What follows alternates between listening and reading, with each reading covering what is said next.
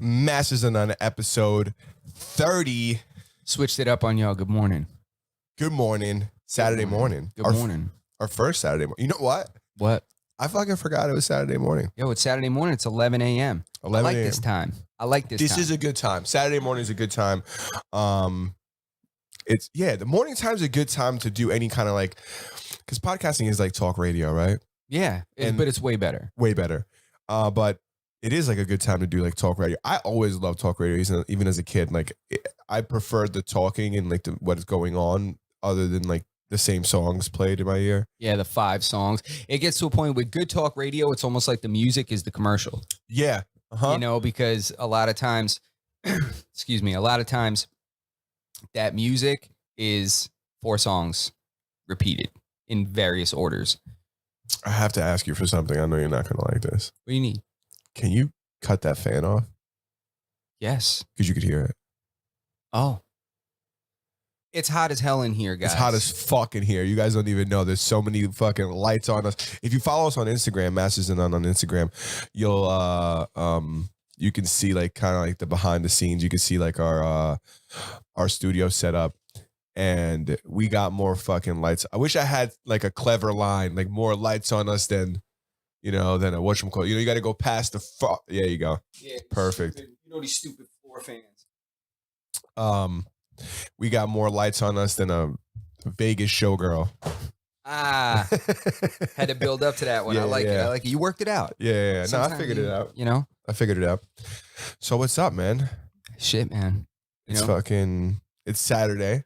Yes, it is Saturday. And it's morning, and I wanted to tell you guys, happy places allowing you to not wear a mask day. Oh, isn't that fucking crazy? Since the last time we all spoke, literally last week. Yeah, the CDC announced that you don't have to wear a mask indoors or outdoors, right? If you're vaccinated. Yeah, if you're vaccinated, and nobody's asking for proof, which I'm happy about. Some people are like, oh, how do you know? I'm like, listen. Let me see your papers. You cannot start allowing government bodies, people with power, you cannot allow them to start just requesting you to provide documents randomly just because. Yeah, that's way too broad of a thing. It's not like, you can't do that. Yeah, I agree 100%. It is an interesting thought, but I wouldn't go out there and advocate for people to, because I don't want anybody to approach me and be like, hey, you're not wearing a mask. Can I Can I see some proof? Yeah, and I am vaccinated. Yeah, I'm vaccinated. So it's like, but I don't ever want even I'd rather somebody be standing next to me that's not vaccinated, that is healthy, is allowed to go somewhere without having to provide documentation than someone that's next to me vaccinated and shows a card. Buenos dias. What's up, Twiz? Shout out to Twiz in the chat. You're 100% right. But I think like the biggest one of the biggest reasons is because there's such a large percentage of people that are vaccinated now, right? Correct. Do you know the percentage? Do you know like a guesstimation of what the percentage is? I don't, but I imagine that it's something pretty large. I mean, it's something quick. I'm sure we could look up. Yeah, let's see. Google will absolutely give us direct statistics that are in, positive perspective of that vaccination number. So 100%. I'm actually pretty upset that I even put this in my phone. How many people in the Twiz, what up? 164 million people, 50% of the United States total population have now or at least one dose of the vaccine, while 39% are fully vaccinated. So, I mean, they're not as high as I thought. Honestly, I thought they were higher. No, that's higher than I thought. That's a pretty effective rollout. 50%. You got to half of the people that live in the country. That's true, because not even everybody qualifies for it. So that's definitely, yeah. All right. Cool. I'm impressed with that number. But, again, if however people stand on this whole thing, it is what it is. I don't really want to get into that. But I'm not telling you to go get vaccinated. Yeah, you do whatever you want. It's America. That's why I brought up the mask thing, bro. I went crazy. I went 3 places. Did you go places without a mask? Bro, I went places without a mask. Wait, you know what? But did you just, so this is the thing is that. Did I just like balls out, just walk in? No. Or did I look around and feel the vibe? Are you curious? I am curious about that. But one of the things I wanted to preface your story with is that companies still have the option to tell you have to wear a mask in their establishment. Yes. If it's a private business, they can require that. Yeah. I think so. Yes. Yeah. So, but it's just before you tell your story, did you like look up if the place that you were going to was like mask, like if you needed a mask to go in there? No. I did not. What I did know was that there are some businesses, Costco, mm-hmm. Yes, BJ's, yes, like a couple wholesale clubs. There was Whole Foods. My girl worked out at Orange Theory without a mask. Nice. Yo, she's been running on treadmills and shit like for like nonstop, like at Orange Theory with a mask on. Damn. It's outrageous. Orange Theory is intense. Bro, my girl's a monster. I did it with her. I've done a class with her before, and it's like, yo, that shit is it's legit. Where's your median at? Where do you trend in? You're in like the yellow? Because they have like a gauge, right? And shit. So for people who don't know, Orange Theory is like this private session gym, but it specializes in HIIT, which is high intensity training. Yeah, it's not really private. It's like a big class of people.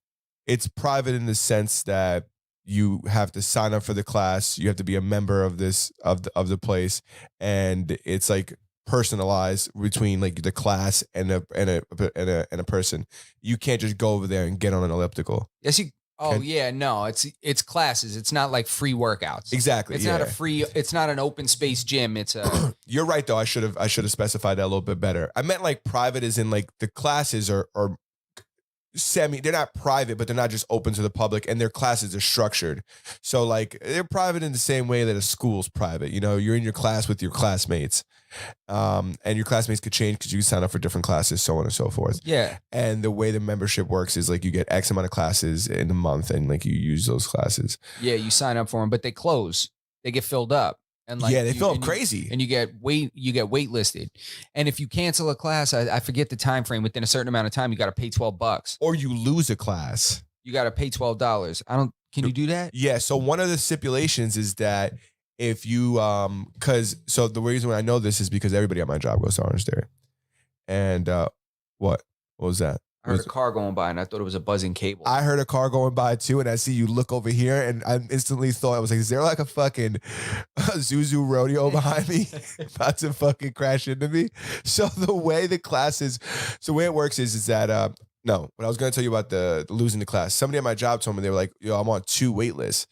She was like, I really want to go to this one, but if I can't get to this one, like I'm going to go to that one. She goes, but the shitty part is that if this one hits before that one hits, I might have to go to it because it's an earlier class. And if I don't go to it, I cancel, I lose a class. Like they count that as a class because I canceled too late. Oh shit! There's other shit like they'll charge you $12.50. I didn't even know about that. It must be a different membership. Yeah, they probably do have different memberships. I'm sure it's like a higher tier, and then they'll let you like lose a class or something like that. But it's not cheap. It's not cheap. It's like $150 or something. Yeah, like that. It's not cheap at all. But listen, the truth is, great workouts. If it works for you, if you do this and you get, I'm not even gonna say you lose weight or you get what you desire. If your goal is to lose weight, if your goal is to tone up, if you get this and get to your goals, that $150 is nothing. Yeah, like it's really not. It's so like you eat $150 in lunch at work, buying out food in a week, 2 weeks. Dude, if you pay a gym membership and you go, you're literally buying health. You're putting money, you're investing into your health. Like what else is better? What better to invest in than your health? Like people are sitting there investing in their retirement before they invest in their current state of health. And it's like you're projecting, you're putting money in your 401k, you're putting money in your 403b, whatever, into your investments, your growth stock mutual funds, whatever the hell you're doing. But you're ignoring your current state of health. Yeah. Does that make sense? No, it makes perfect sense, and it's the truth. It's weird. One of the things I like about Orange Theory, and I'm not a member, but one of the like reasons why I would advocate for it is because when you go to a gym, right? Yeah, a gym is cheaper. You could go to Gold's for 50 some odd dollars a month. You could go to Planet for $10 a month. You could go to another place and like split a membership with a buddy and get it even cheaper, right? But you go there and you're left to your own devices. Like, you know, you gotta do whatever you're gonna do whatever you know or don't know to do. You know what I'm saying? You're not an expert. I don't sound like a fucking idiot, but you know what I'm saying. Where are we going? Sometimes you can go to the gym and really accomplish nothing. Yeah, it's true. If you go over there and you could fuck around for an hour and go home and like not have gotten a good. When you go to these places like Orange Theory, like, or you take classes, all the thinking is out of it. Yeah, like you're gonna get a good workout. Yeah, you're gonna get a good workout every time, or you're gonna get a decent workout every. Front door. Creepy ass talking house. You hear this shit?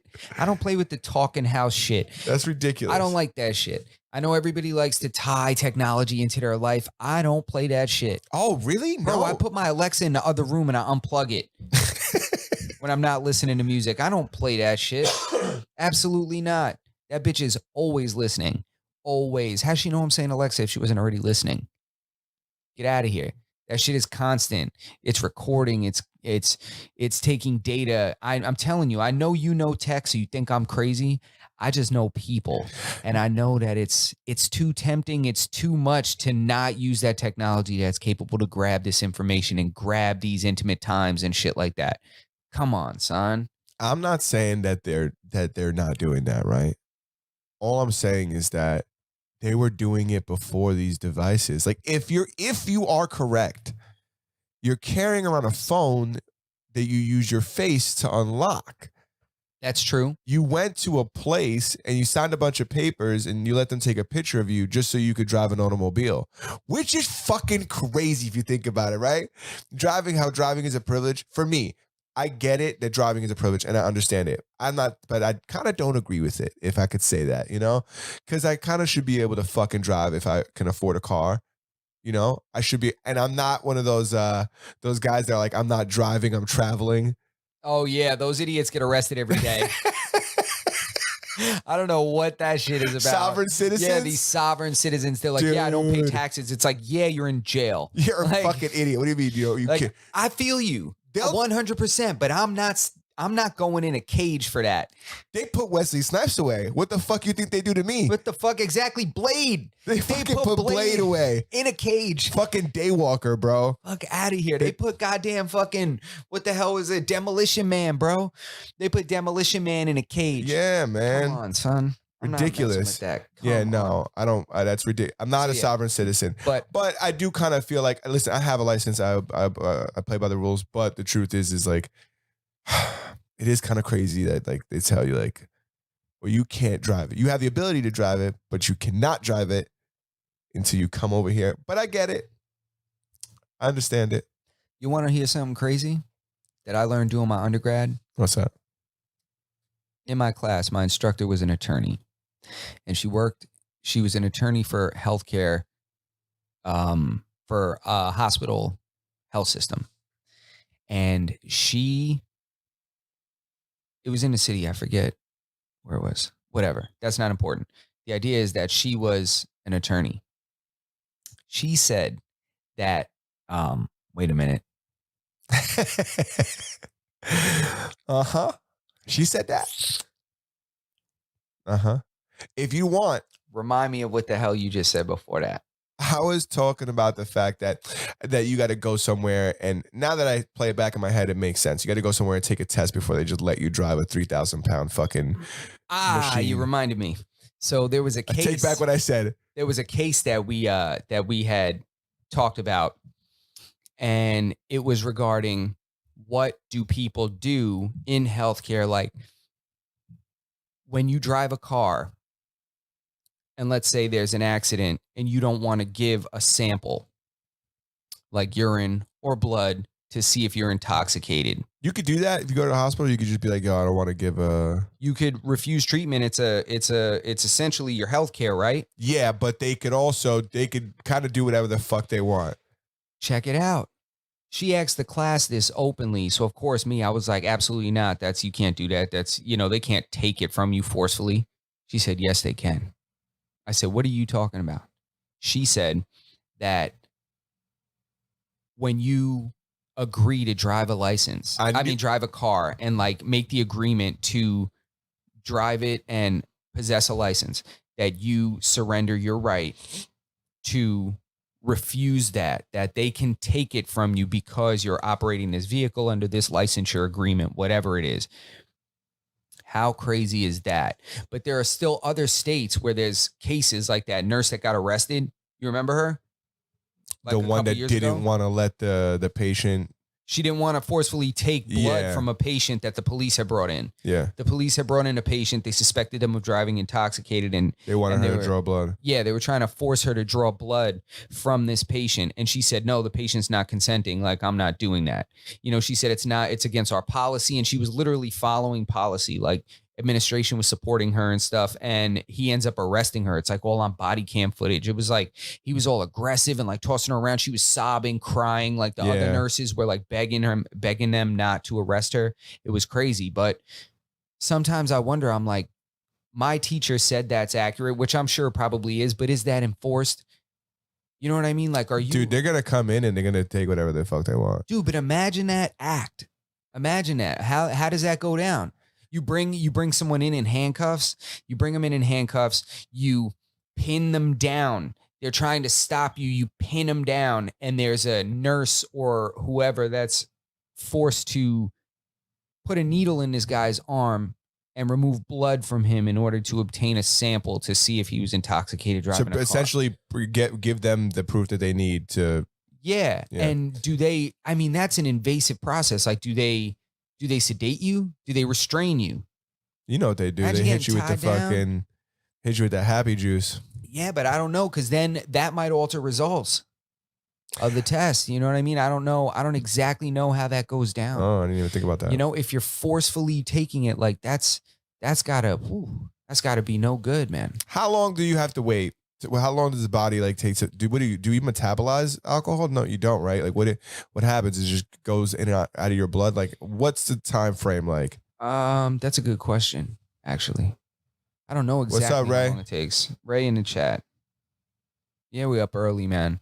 That's why I got my cafecito right here. Salud. This guy got his seltzer. We're doing it early today, man. I like it. I like it in the morning. I'm awake. I'm up. I feel energized. Sometimes we be in fucking zombie mode, right? Yo, sometimes after working freaking 10-hour days, 12-hour days, that's a long shift, man. Yeah. Nighttime's killer. But I work in the day now, bro. I know. Fucking look at this guy off every weekend. Come on, bro. I work in the daytime, man. I'm like, come on. Son. Play with this isn't against anybody that works on the weekends. If you work on the weekends, great. You got to do whatever you got to do to fucking make money. But man, when I tell you that I'm not going to say I'd never, but it'd be very hard for me to take another job where like I had to work on the weekends. Yeah. It's just about a lifestyle thing. Like we live in the stupidest state ever where we just have to grind to just survive. Isn't it? Why do we live? It can't be this hard everywhere, right? It's not. Why is rent so high? It's so hard to live in New York. Yeah, man. It's like it costs so much money. Yep. To live here. I know, man. It's a few things that go into it. The reason why things cost so much and stuff is high taxes and shit. And the reason why, state tax and, taxes are so damn high is there's a lot of things that New York offers citizens that other states don't.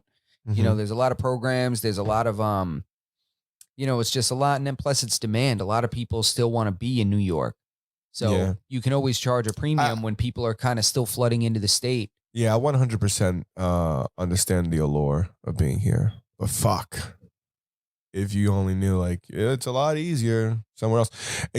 Especially now that there's a lot more people working from home, right? So, like, I was one of those people that I work from home some days and then I go to the office some days. Now I work from home exclusively. So like now, like some of my coworkers are like, I'm gonna fucking leave. And they're just leaving. They're just like going to Florida, going to South Carolina, they're going to, you know, this And they're place, still that able to work for the place. company from Yeah, there? they still work for the company. Wow. And the company has to approve that move? company has to approve it, but they just announced 2 days ago that they haven't denied a single person. They literally have denied anybody that wants to leave. I think that some people might face like salary adjustments, like you might take a little bit of a hit. That might be why they're allowing it. I think they're probably like, of course you can go to a cheaper state. But I think the people I know haven't spoken about that, but they did mention it. That might be for people who make a fuck ton of money. Yeah, you know, I don't know anybody that makes a fuck ton of money. Everybody does really good, but you know, I'm talking about like people who are making like 300 grand probably like, all right, yeah, you gotta lose 20 grand off the top, you know. Yeah, but shit, that's still good, man. You move to like Idaho or something like that. You're living like a goddamn king. I work with people who, even before like all of this, I worked with a guy who lived in Texas. I remember when it got cold in Texas. Remember that shit? Hell yeah. Texas didn't know what the fuck to do. No, and rightfully so, bro. They're so unfamiliar with that process. It doesn't snow over there. You think they got a budget set aside for plows? No. Hell no. The snow fell down. They literally didn't have shit to like. They didn't have the equipment. They didn't know how to get rid of it. They're like, this has never happened. Like, we don't. What do you do with this? That's so fucking funny shit down here. They were like, let's pack it down. And they were like, shit, everybody's skidding everywhere. It was so crazy. They didn't know how to act. Everybody's got summer tires on their car. Yeah, man. People got water in their radiators. I know you don't think most people don't think about this, but like down south, you don't need antifreeze. You can put water in your radiator. Oh yeah, it's right, because it'll never freeze. Exactly. So everybody's was freezing, expanding, and just breaking shit, right? Yeah, certain people like certain blocks will rust. I think it's like an iron rust, so like iron blocks you can't do that with. But like most cars, like aluminum blocks, like you just run water in them. Wow. Damn, son. Blowing shit up. You spoke to me earlier when you got in here about Kylie Jenner's tequila. So I knew you wanted to talk about it. It was less about the specific tequila because of course you can't get it. It's like only available in certain parts of California. And it's like, of course, on like back order and shit. I was trying to see what's up with trying to get a bottle. I wanted to have a bottle and bring it on the show one day. But it's Kendall, right? Kendall is the one, not Kylie. I don't know. Yeah, it's Kendall. Is it Kendall? It's the model. One. Oh man, I feel so bad for what I'm about to say then. Why? I only hear about negativity. Oh, what happened? She got like hit with like a bunch of like cultural appropriation, like fucking social justice warriors, God. Whatever the fuck they're called online because of the advertisement. She was like in like how did they make that shit with agave? What is it? There's different ones. It's like agave some, and then other ones I don't really know, to be honest with Hers was made with the Mexican, the way they make it in Mexico. Okay. And the advertisement was like her in Mexico and like a bunch of like people like working on in the area, like I guess on the farm, like where they making the tequila, and she's like wearing a cowboy hat and shit. And oh my God. When they painted that picture, I was like, all right, but I don't really give a fuck. But those are the same people that want to be called Latinx. But is that a thing? What? You see, this is so fucking funny. You don't know what Latinx? Did you hear about Latinx? No, what the fuck is that? Because Latino, Latina has like a feminine and masculine like pronoun or like a association, not pronoun. Like that's how the language is spoken. Yeah. Well, now for the convenience and equal Latinx, it's not masculine and feminine. It's equal.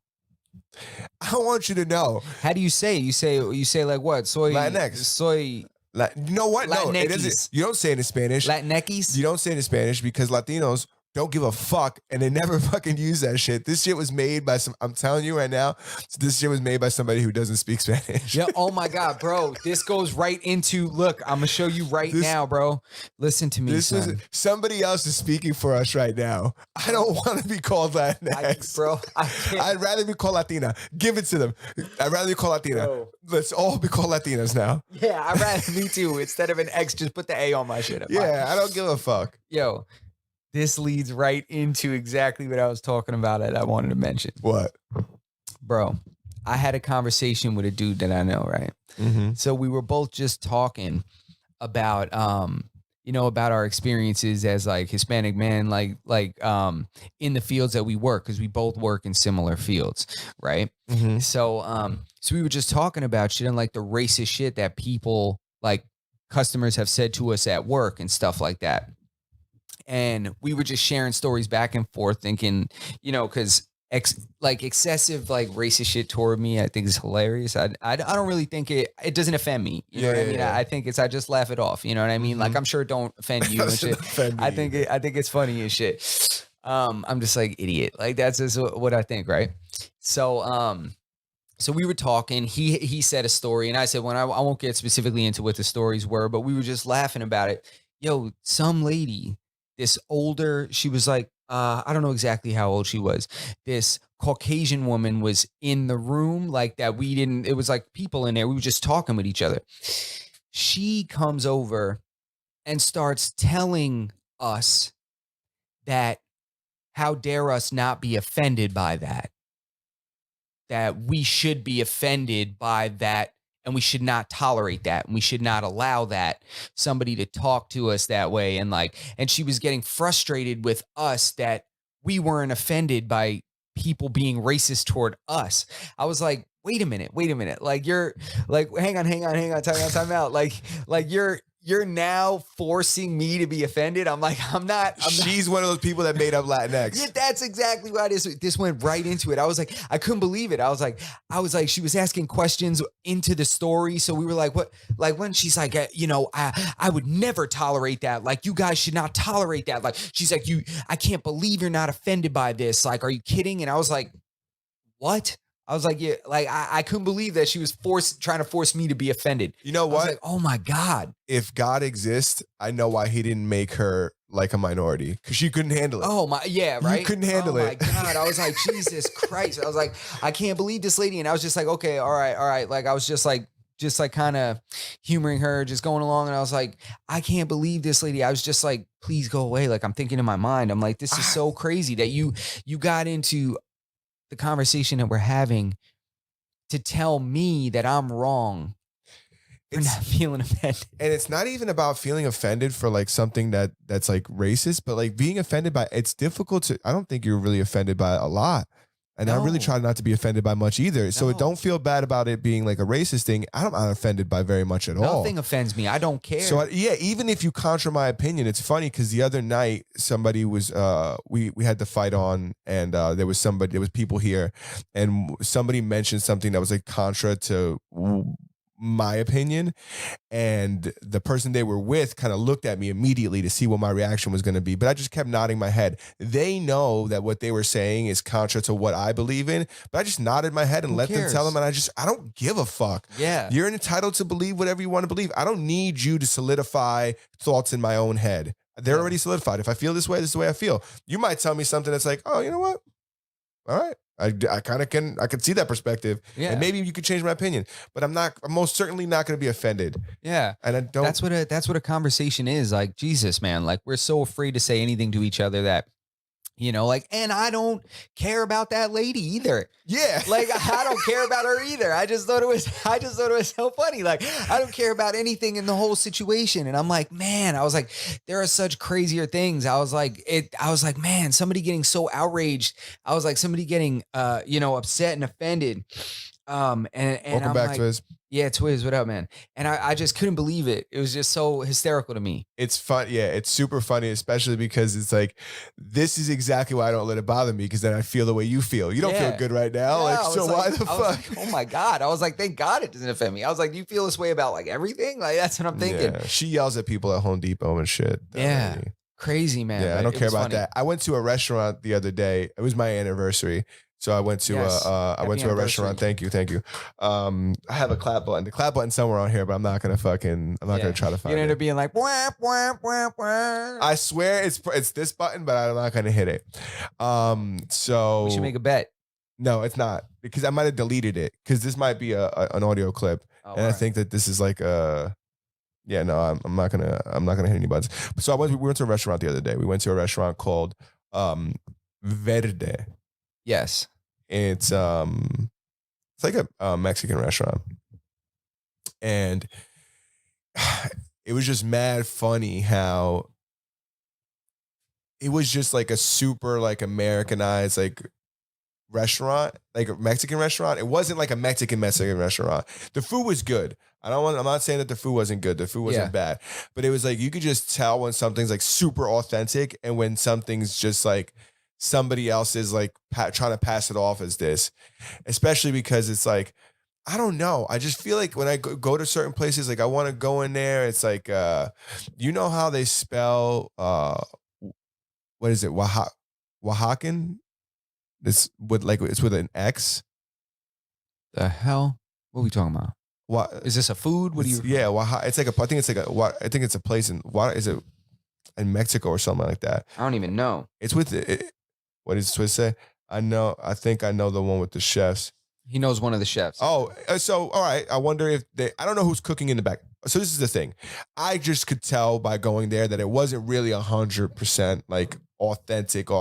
Like it was like, I felt like it was a cookie cut for the neighborhood. Well, of course it is. What did you like? You can't judge it. I mean, you grew up in a Latino household. Like that's what you ate your whole life growing up. Like you can't judge it. Same thing with me. Like I can't judge Spanish food really harshly in a restaurant. You'll never eat anywhere. But the thing is that we grew up eating totally different food than, even though you're from like Latin America or you're from the Caribbean, you're from, our foods are different. So when I go to a Mexican restaurant, like I could tell it's different. Some of the things I just like picked up on was like, I was like, we got like this huge like meat platter thing, and it comes with like tortillas and shit like that. And I'm assuming that you're supposed to like make like little tacos and shit like that. And it was like, it was steak, chicken, pork, and chorizo. And it came with like 5 fucking tortillas. And I was like, what did I have? I was like, yo, can we get some more tortillas? Like, I don't mind paying for the extra tortillas. It's not about that. Yeah. It's just like, you got to know, this ain't enough tortillas for us to whip all this together. Like, it didn't come, it was like, this was like, it wasn't like, I don't know. It was priced and they probably charged you for the extra ones. That's the idea. I don't care to get charged for the extra one. It just wasn't super authentic. Like, it wasn't like, even when I asked what the sauces were, like they didn't really know what to see. It was like, oh, this is, maybe just waiter just didn't know, but also I don't know. It just wasn't authentic at all. Yeah. I need some lady with an accent behind that menu, you know what I'm saying? With an attitude. You're never going to have that, bro. Our credit's not good enough. I need an accent behind that. Like, I don't know. Even though ours is. No, yeah, you're goddamn right. There wasn't any cheese on there. Like, I need some fucking queso fresco fucking drizzled on that shit, Yo, I mean, it just wasn't like super authentic. It's a chef's take on the Mexican cuisine, typically is what they do with restaurants like that. And it's to give the community's palates something they can understand or obviously is profitable. Yeah, and that's exactly what it is. That's exactly what it was. It wasn't like a spot that said, I guess it wasn't what I thought it was going to be. It wasn't like an authentic like Mexican spot. It was like that chef's play on Mexican food. And it was good. The food was not bad. True. I'm not making it seem like it was bad. It just wasn't like super authentic. And now that I read, thank you, Twiz, for commenting that. Now that I read that from the chat, I agree. It hit that on the head. Yeah. That's exactly what it is. It's somebody else's interpretation of what it is. And that's yeah. I'm just like, if it's good or it's not good. That's like kind of my standard. Like, is the flavor and the food is good, everything's fresh, the bread's not stale. Like, there's certain things that I look for when I go to a restaurant, like that really gives me the true kind of level of what that restaurant is bringing in. They're simple things, man. No, but you know what it is? It's like, it's not even about like the meat being good, right? Because the meat was good. It's about like, damn, could this have been better if it had like little tiny things that would have been like regular in like on like a Mexican dish? Like if you like, if you slice radishes and like cheese and like a little bit of lettuce, You know? Would you have been able to Would like, have throw that? if there was like some kind of even like sour cream or something like that, would they have made that meal even pop even more? Like I understand that it wasn't that chef's interpretation of that meal. The meal was designed the way it was presented, and it was good. But like in my mind, and it was because I was set up for like my chick had been there before, and she was like, "Yo, this place is mad good," and it was mad good.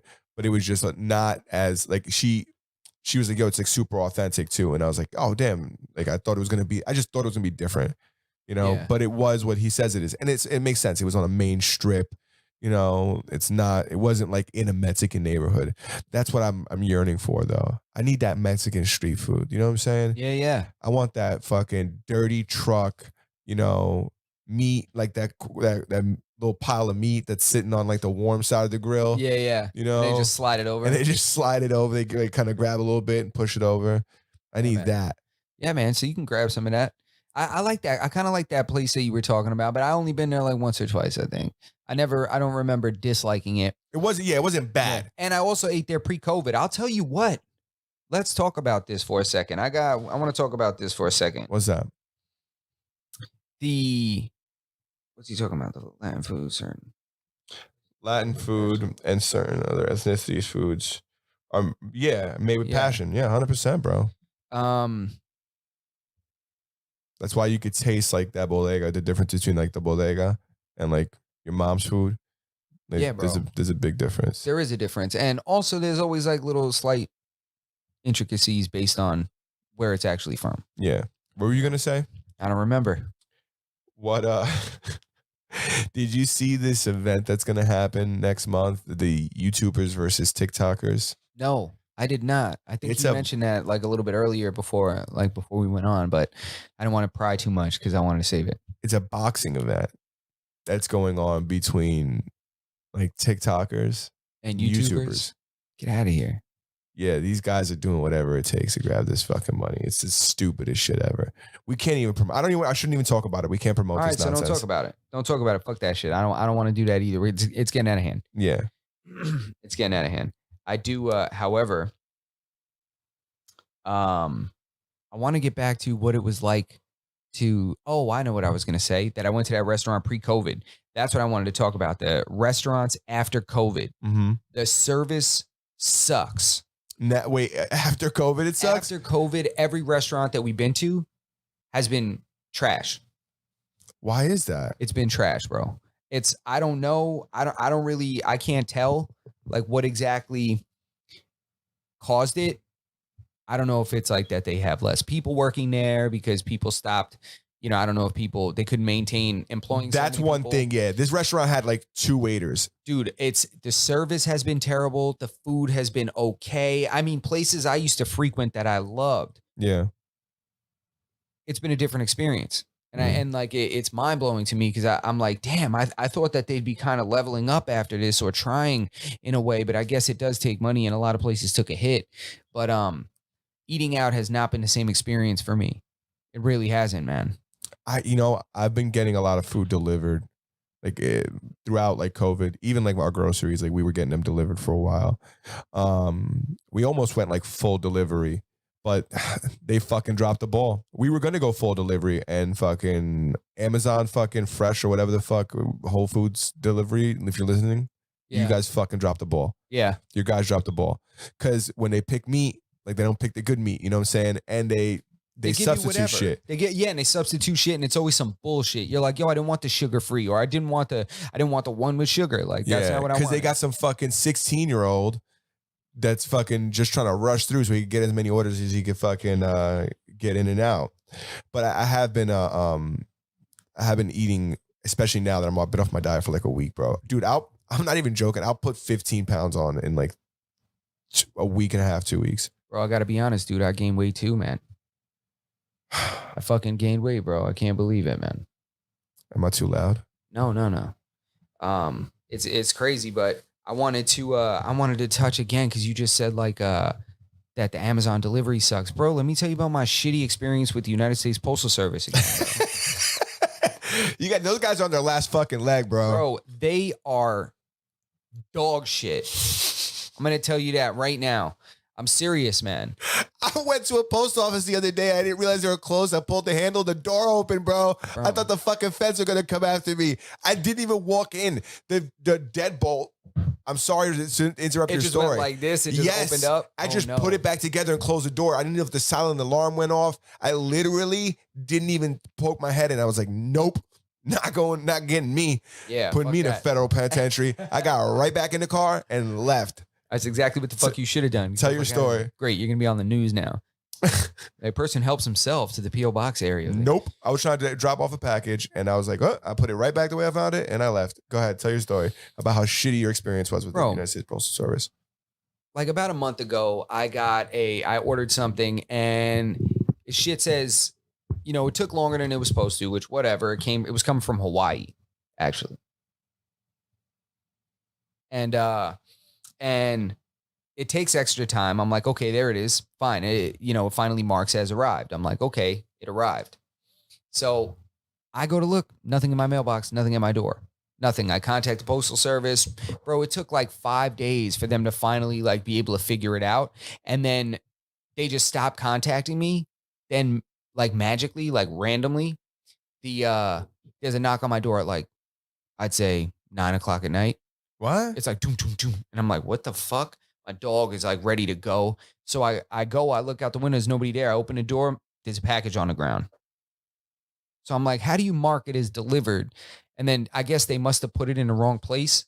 They must have like put it, I don't know. Do they go get it? Dude, I don't know where it was. Maybe it was in a different mailbox because I live in a complex. So maybe it was in somebody else's mailbox. Like I have like one of those cluster, like everybody's shit is together. Yeah. You know, and I don't know if that's what happened. I don't know.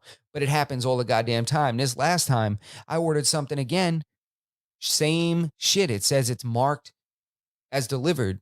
Never got the shit. So I'm contacting them via email. I'm sending them messages. I'm like, on via email, right? I contact customer support and I tell them that like my story. I'm like, yo, it's marking as here and it's not. First I contacted the seller. The seller said, it's marked as delivered, like has nothing to do with me. So I'm like, fair enough. Of course, he's right. Yeah. So I go to the post office. I'm talking to them. They tell me that shit via email. Oh, we're looking for it. We're going to have them look. I contact them again. They send another email saying the guy looked, didn't find it. They haven't found it. Sometimes shit gets lost. So I ask him, I was like, why is this a problem every single time? Yo, the dude tells me straight up. You on the phone? No, in an email. He sent it in writing. These are the people I'm dealing with. The guy says, yeah, well, the reason why UPS and FedEx, like that kind of stuff is more reliable is because this job is just undesirable. So he said that to you? In an email. He said, I'll show it to you. He says, this job is just undesirable and we have a high turnover rate. I thought that people wanted that job. I don't know what the deal is anymore, but nobody back in the day being a mailman was like, yeah, that was the move. Yeah. They used to tell girls like, listen, you got to get you a doctor, a lawyer or a mailman. Yeah. Cause in 20 years, he's going to retire. I thought that was a good job. Can you believe that he said that to me? Imagine somebody told you that. He said that to you in an email? In an email, he says this job is less desirable. You know what that means? He says that this job's so shitty that people fucking come and go so often that nobody knows what the fuck is going on. Yeah, that's exactly what he meant. And I'm thinking to myself, I'm like, what kind of business can you say this in? Like, can you say this in a restaurant? Imagine not go to the manager. Imagine you contacted the manager when you went to Caterday and you were like, yo, what's it like? What's up? I don't like this food. I don't think it's very authentic. And he was like, yeah, we have a high turnover rate. This job's less desirable. On chefs, yeah. And you're like, what the fuck? I would empathize. But how can you say that shit? I'm like, this is because that's what's expected, right? Empathy. It's like, oh, all right, I get it, but I still want what I want. Yeah. Listen, I've been on the phone with, how long have we been live? How's our sync? We made adjustments today to adjust our sync, and now. Are you going to check it out or Yeah, me? I'm going to check it real quick. Which mic? My mic is on.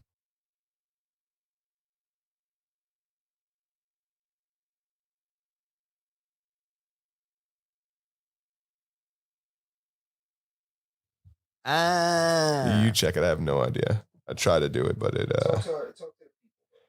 So, essentially, I'm doing something different. I don't know if it's gonna work or not, honestly, but it's gonna it's essentially going to tell us if we're still fading off a sync or if we're on sync. It's a miserable fucking task. But somebody's got to do it, you know. We're out. All right. It's all good. That didn't work. It's all good. It's all good. So anyways, yeah, so can you believe that shit? Like, what kind of business do they do that in? I don't know. I mean, but I guess it makes sense, right?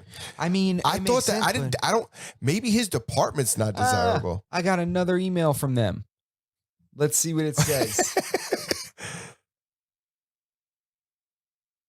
But they did deliver your package, right? Justin's got his concentration face on. No, it's nothing. It looks generic. Oh, okay. Sometimes you get lucky, you end up getting 2 packages. Yeah. I mean, it's not the kind of thing that can be like resent. It's not like a regular product. You know what I'm saying? Oh, this is a one of one. Yeah, it's like a used, some used shit that I bought. It wasn't a lot of money. I'm just irritated. Yeah. You know? So yeah, I just found a couple of those experiences that I had lately to be, walking around Target with no mask on was legendary. Damn. It was legendary. Absolutely legendary. Did it feel weird? It felt a little edgy. The mask thing is so fucking funny because it's like crazy. Now they said you don't have to wear it, people still wearing it. I'm like, man, this is like Marxism, like at its best. You know what I mean? Like, I don't think they just convinced you that you need it, and now they're like, I don't worry about it. And you're like, no. No, I still want it. Nah, it's so crazy, man. Kind of. Are they pimping us, bro? That's out there and get me some money. It's like, all right, you don't got to do it anymore. Nah, I still want to go get you that money. Bro, that's what it is, man. I do have to be honest, though. It seems like nobody really cares. Nobody's in anybody's business. Nobody was like looking at me weird. Nobody was kind of... That's the way it should be. I don't give a fuck if you want to wear a mask or not. Me neither. If you want to wear a mask, wear a mask. If you don't want to wear a mask, don't wear a mask. Don't wear a mask. And if you're really that scared that you think you have to impose it on me, that I have to wear one, then maybe you should stay home. Yeah. But I will tell you, if you don't feel good, stay the fuck home. Yeah, that too. Don't be a piece of shit. Yeah. All right. Don't be all fucking sick and be all touching all the Cheerios and shit in the cereal aisle. Don't be a piece of shit. All right. You're in don't fucking do that. Petco, digging through the fucking treats. Yeah, playing with the apples like Aladdin. You don't need to be doing that shit. Have you been to fucking Costco's lately? Yeah, I've been to Costco. No mask. Why do they have the free sample people still out? Because you can't even eat none of those free samples. They're just on display, right? Oh, I don't know. You can't eat them. I'll eat them. No, you can't. They're not like offering them. Those guys are just kind of hanging out there, like displaying products. Have you seen that? No, but you gotta understand, Costco is the like #1 rated employer. It's like one of the most. So they can't cut that job? No, probably not. I have an uncle that works there. He makes great money. They're so flexible. He gets so much vacation time. His benefits are great. His retirement package is great. Like everything. He has no problem working there. He works mad hours. Like he just goes to work and he doesn't mind it. It's very different. You could tell by the customer service when you go there. When you go there, it's different. Everybody's trying to help you. Everybody's no problem. Like, so I'm pretty sure that job security is one of them. So they probably just let these people continue to do something. It's like, yo, you know how long I waited to be a sample person? Like, that's the job I've been trying to get because they make the same as everyone else or make a couple dollars more. You know how there's always random discrepancies between positions, like in the kind of businesses and companies we worked in? Like, sometimes you can't always explain it, but sometimes a little spot earns $2 more or earns this, and you just been trying to get there, grinding, trying to get to that spot, but you haven't been senior enough. Or they make less and they do less, Yeah. Some people want that. Remember that lady we used to work with that just wanted to be fired? Yes. She tried very hard and they wouldn't terminate her. They just wouldn't fire. She wanted so bad to get unemployment. Yeah, she really did. There's people there's all those kinds of games people play, man. Remember what's his name walked into her room one time when she was in there, didn't even say hello to her? I'm not gonna tell a story. I don't even know who we're talking about. That was a lady. Damn. I don't want to say her name. Should we mute the mic so you tell me?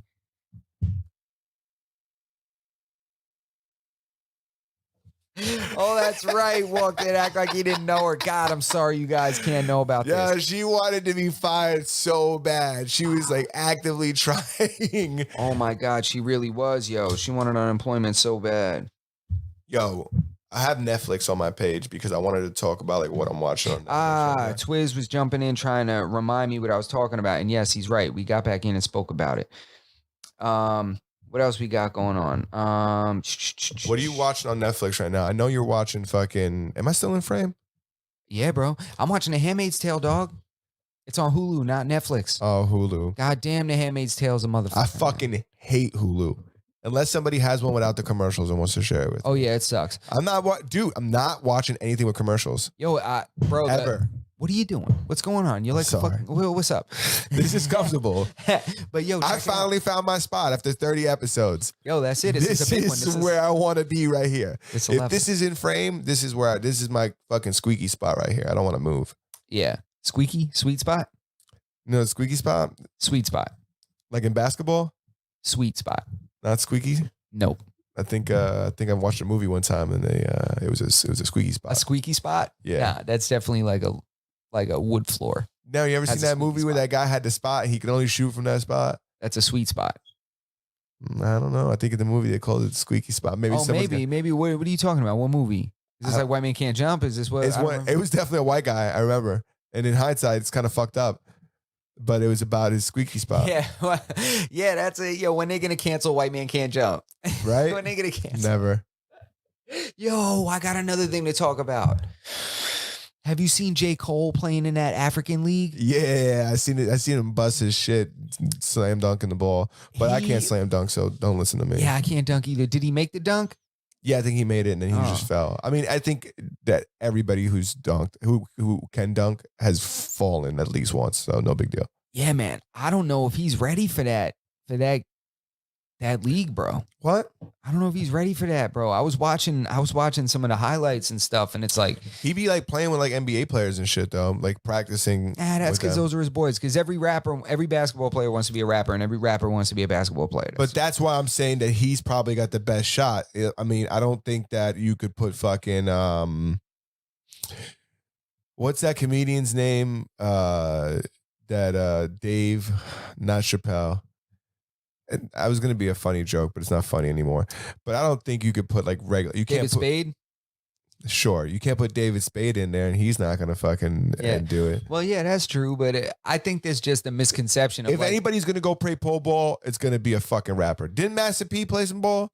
Yeah, he played for, I think, the Charlotte Hornets for like a couple of games or something like that. Exactly, though, bro. Get out of here. Same reason why his son played for UCLA, because he just gave him money. Listen, man. You know, like, come on, man. Hey, get that out of here. You know what? He wasn't nice? Who? Master P wasn't nice?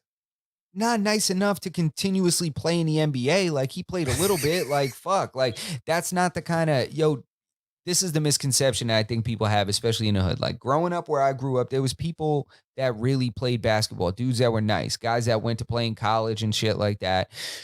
But there's a difference between people that are like nice in the neighborhood and out of their friends.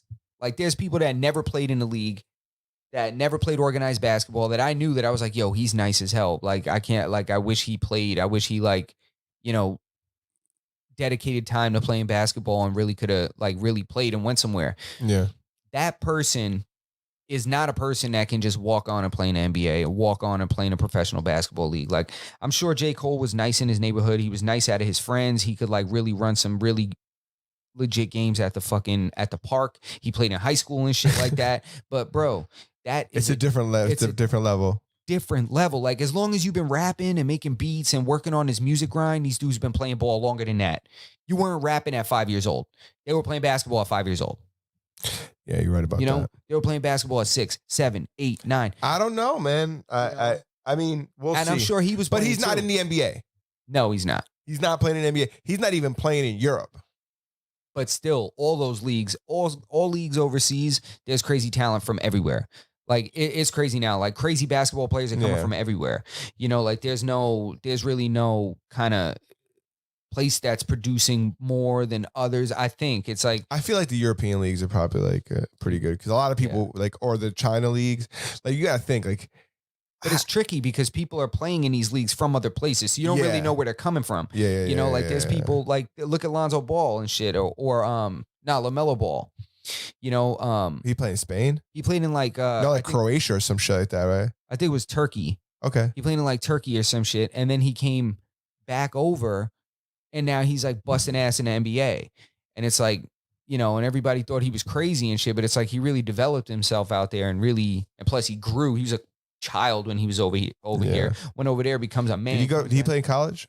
No, he didn't go to college, right? His pops didn't send him to college and deaded the NBA draft. He was like, he's not going into the draft. And everyone was like, what? And he's like, and he's not going to college. He's going to play overseas. And everyone was like, oh my God, he's ruining his kid's life and shit. You remember his dad was always involved in the brothers' lives more than anything? Yeah. And he sent them over there. He went over there and played and now came back. And it was like the best thing he could have done.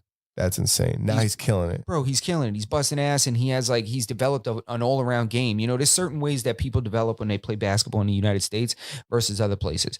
Like when you play in Europe, you know, passing, team basketball, you know, shooting, like ball movement. That's the kind of stuff and the basics. That's the kind of stuff that's pushed over there. It's a very more structured type of playing, in my opinion. Like over here, athleticism is what's like worshipped. Mm-hmm. You know what I mean? Like your ability to dunk from the free throw line and shit like that. Like over there, whatever. Like you could do all that, but it's still 2 points.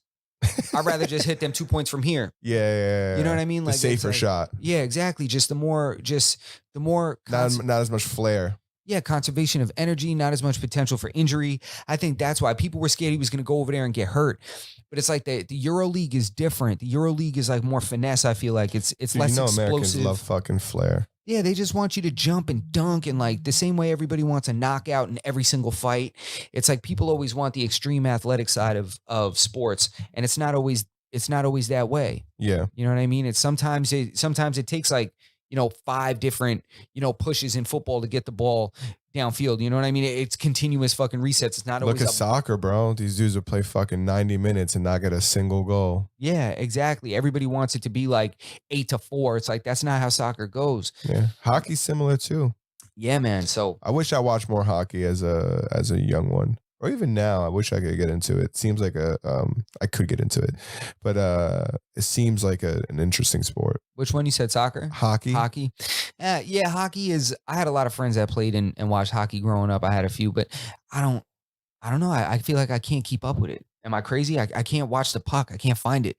I can't find that shit either. Yo, I feel like it's just so fast and I don't understand what's intentional and what's not. Yeah. I feel like it's just ricocheting off of shit. And they're just like, I'm like, did he see that and intend to do that? I just always assume that they're intentionally, whatever they're doing was intentional. But it's hard to see because it's so intricate. It's such like playing with that kind of dexterity with an extension of yourself, like a stick. Yeah. It's hard for me to really wrap my head around that ability that they have to handle that puck at that speed. Their all-star game is crazy. They do like skills, like challenges and shit like that. And like picking up the puck and like putting it through things and like shooting it through shit. Yeah, it's like the skills challenge and shit. Yeah.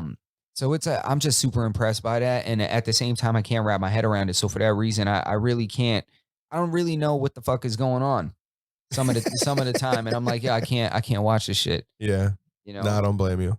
I feel the same way about I wanted to play golf. I just recently bought like a putting mat. Nice. And then you want to play, bro? it. I play sometimes. You're returning it? You quit already, bro? I didn't quit. I just thought it was unnecessary for me to. I just couldn't justify spending $200 on a fucking putting mat. All right, what was it? Just like a straight, like a rollout? It was a rollout one. It was a nice one, but and it was like spit the ball back. It was, the Nelk boys. They do a full send drop. It was a full send golf mat. Where is it? We should play. No, I don't have it anymore. I canceled my order. Oh, it took a while to come in, and it let me think about it. It let me think, and I was just like, why the fuck am I buying this shit? I don't even own a putter or have a fucking enough 9 feet of open space to lay this fucking thing out. Yeah, bro. I'm like, now I got to buy a putter. It's like, I'd rather put that into like a microphone arm. You bought that before you had a putter? Yeah. You're hilarious. I know, I'm a psycho, right? I love this guy. He's fucking amazing. This guy bought a big ass putting mat before he had a putter. They don't even have a putter. Never fucking swung a club. Yo, that's amazing. Yeah. Bro, we can go play. I have 2 sets. I would love to. I never played, but it looks like a fucking good time. I was telling It is a another good friend, time. I was like, yo, listen, golf is on the up and up. Like, this is going to be the next fucking pussy magnet. Yo, like, it is if you're- already. it- There's like young, fit golfers That's what playing I'm now that are like, saying. they're smacking the ball farther than like ever before. That's what I'm trying to tell this dude. And he's like, bro, some sports are just anti-pussy. He's like, Yeah, right. he's like, golf, badminton, fucking XY. He goes, Who said that? You know who said Someone this. you know? You were talking? Yeah, somebody I know. Listen, bro, I'm going to tell you right now. You know what makes a sport not that way? The money that it generates. You don't remember when Tiger Woods was like the #1 paid athlete? He was Yeah. pulling like $1 billion like in like Yeah. a couple years. It was crazy. He was pulling so much goddamn money. What was the controversy behind him? Oh, he was all like fucked up on like pills and shit like that, and like wrecked his whip. Like he was getting like his wife was like busting his windows out and shit or something like He that. he wasn't fucking Yeah, he was somebody? like cheating on her or something. Yeah, and she like caught him and like chased him down or some shit. Or his side piece bust the window. I forget. He cheated on with one person? That's it? I don't know. He was Because I think now in hindsight, I think we were kind of rough on Tiger. yeah, we were rough on Tiger, man. Tiger, and now he just got locked up again for like driving intoxicated or something. Really? Yeah. Fuck. I'm like, damn, Tiger. I think he did. Let me not be lying. Pretty sure he did recently. But yeah, it's fucking sad. And I was gonna bring up Tiger Woods because he was like the first golfer I felt like that was actually athletic, like and Mhm. was like solid and built. And he was like running the game as soon as he came out. I was like, this is what happens when a real athlete picks up this sport. I was like, this is what happens. Like he was like, yeah, I'm not, You yeah. about to fuck this up like we did basketball. Yeah, facts. And now there's young golfers that are like that. Like they're lifting weights and shit. Like you don't remember Tiger had so much power off the tee that he fucking like blew both his knees out. Like he had knee problems from the torque that his body produced from swinging that club. Like I didn't know that. yeah, bro, he had bad knees and shit like that just from being a Fuck. goddamn animal. Like you know, imagine how much he's yanking on that fucking club. Bro. Yeah, He's an dude. There's animal. and it's not even about being able to smack it as far as you can. It's like they put it where it's supposed to be. That's the craziest part. That dexterity, bro. Like, can you wrap your head around a hole in one? There was just one a couple weeks ago. It's like a hole in one. You hit that ball like sometimes it's like 500 yards. You know, That's it's it's like 5 fucking football fields. bro. Sometimes it'll be a long ass freaking, a long ass hole. You know, is it 500 yards? Am I lying? What's the measurements? Let's say a couple hundred yards. What's that? That's a par 1? No, there's no par ones. That's a hole in one. You typically they're like par 3s, par 4s. So okay. And it goes by difficulty. So you get more strokes. The par is like what you're expected to complete the hole in. Yeah. Oh, I thought it was like a distance thing. It is. It's based on that. It's based on difficulty of the hole. Yeah. So like if it's a shorter hole, it might be a par 3. Because they're like, you should sink this in 3 shots. That's like par is like average. Mhm. That's why that saying goes, it's on par with what's Okay, what's yeah, yeah. typical. Yeah. That's expected. It's typical. What's typical?